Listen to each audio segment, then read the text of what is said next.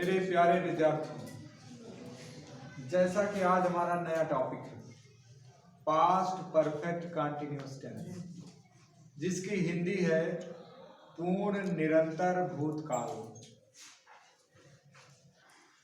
और आज हम लोग सीखेंगे पास्ट परफेक्ट कंटिन्यूअस टेंस के अफर्मेटिव वाक्य।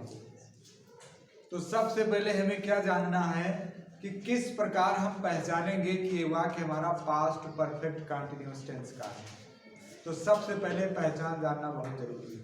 तो नोट करें, पहचान जिन हिंदी वाक्यों के अंत में रहा था, रही थी, रहे थे, जिन हिंदी वाक्यों के अंत में रहा था, रही थी, रहे थे, जिन हिंदी वाक्यों के अंत में रहा था, रही थी, रहे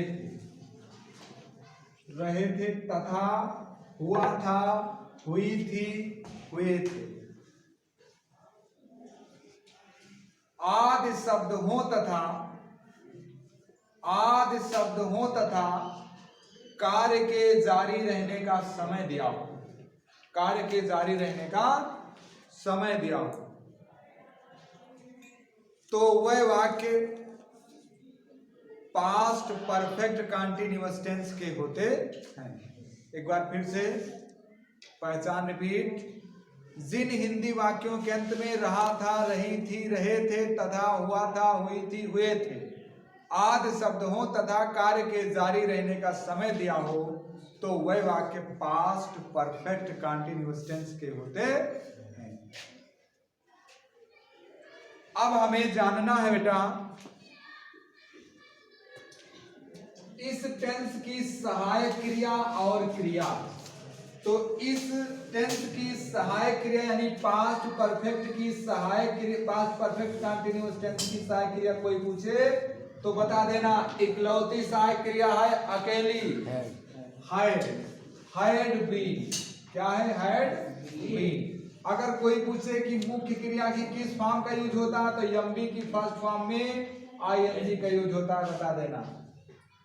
नोट कर लिया। अब हम लोग सीखेंगे कि किस प्रकार हम इसे अंग्रेजी में ट्रांसलेट करेंगे।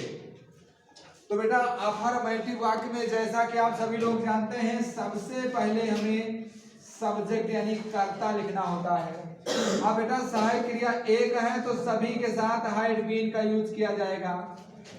तो subject plus had been, subject के बाद लगाएंगे हैड बीन, हैड बीन लगाने के बाद मुख्य क्रिया की पहली अवस्था में आईएनजी लगाकर लिखेंगे, प्लस ऑब्जेक्ट यानी क्रिया के बाद हमने सदा ऑब्जेक्ट लिखा है, कर्म लिखा है, उसके बाद लिखेंगे प्लस बेटा लिखेंगे अदर वर्ड अगर होंगे तो, नहीं है तो उसके बाद प्लस। इससे के लिए हम फ्रॉम का प्रयोग नहीं करेंगे, सिंस फार में से कोई एक लगाएंगे। निश्चित समय के लिए हम सिंस का प्रयोग करते हैं, अनिश्चित समय के लिए फार का प्रयोग करते हैं, जिससे मैंने पहली वीडियो में अच्छे से समझाया है कि कहाँ सिंस लगाएंगे, कहाँ फार लगाएंगे। तो देख लीजिएगा उसको। उसके बाद बेटा हम लिखते हैं टाइम।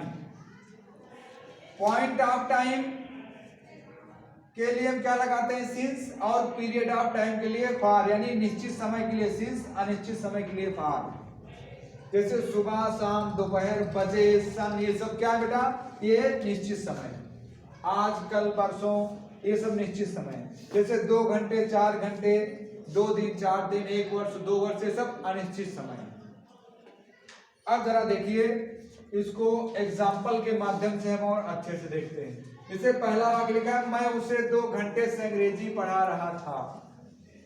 तो मैं की अंग्रेजी क्या होगी? आई हैड बीन।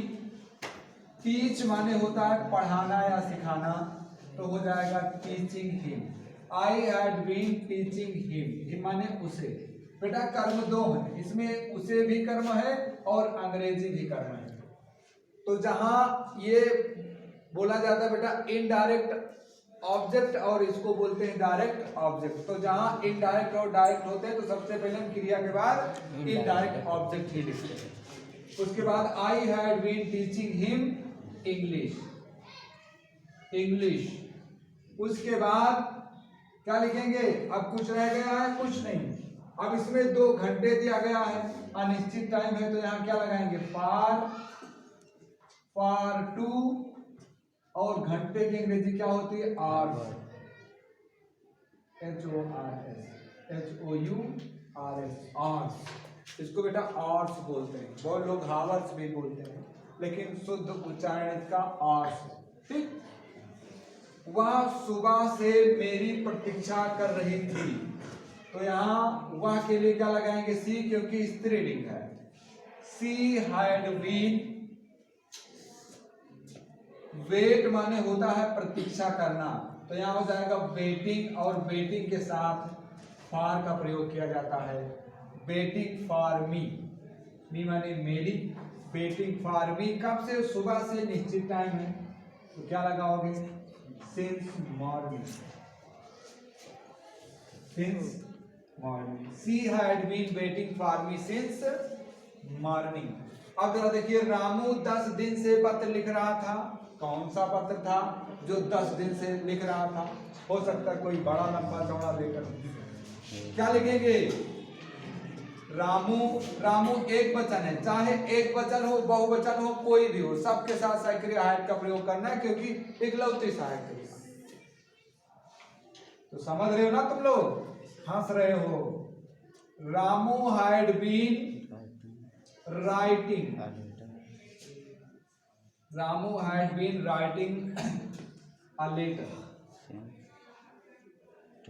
कब से लिख रहा है? 10 दिन से, अनिश्चित टाइम है, क्या लिखोगे? For 10 days, for 10 days. चौथा वाक्य हम लोग देखते हैं, लड़के बहुत देर से शोर मचा रहे थे। बहुत देर से का मतलब है काफी समय से। अब बहुत देर के लिए बहुत से लड़के वेरी लेट लिख देते हैं, लेकिन गलत हो जाता है। बहुत देर का मतलब है काफी समय से। अब यहां लिखेंगे the boys, the boys had been making a noise, making a noise. कब से? बहुत देर से, अनिश्चित टाइम है, क्या लगाओगे? For long time, for long time मतलब एक लंबे समय से, काफी देर से, एक ही बात है, सिर्फ बोलने का सेंस अलग है। For a long time. कल सुबह से वर्षा हो रही थी, तो जहां वर्षा की बात आती है हमारे बच्चे सभी लोग जानते हैं, सब्जेक्ट के रूप में इट का प्रयोग किया जाता है, जहां इट का अपना कोई अर्थ नहीं होता। It had been raining, it had been raining. कल सुबह से, ये निश्चित टाइम है बेटा, क्या लगाओगे? सिंस। बीते हुए कल के लिए क्या लगा सकते हैं? Last, since last morning, since last morning. कल सुबह से वर्षा हो रही थी, यानी बीते हुए कल की बात है। तो आज हम लोगों ने सीख लिया पास्ट परफेक्ट कंटीन्यूअस टेंस का अफर्मेटिव।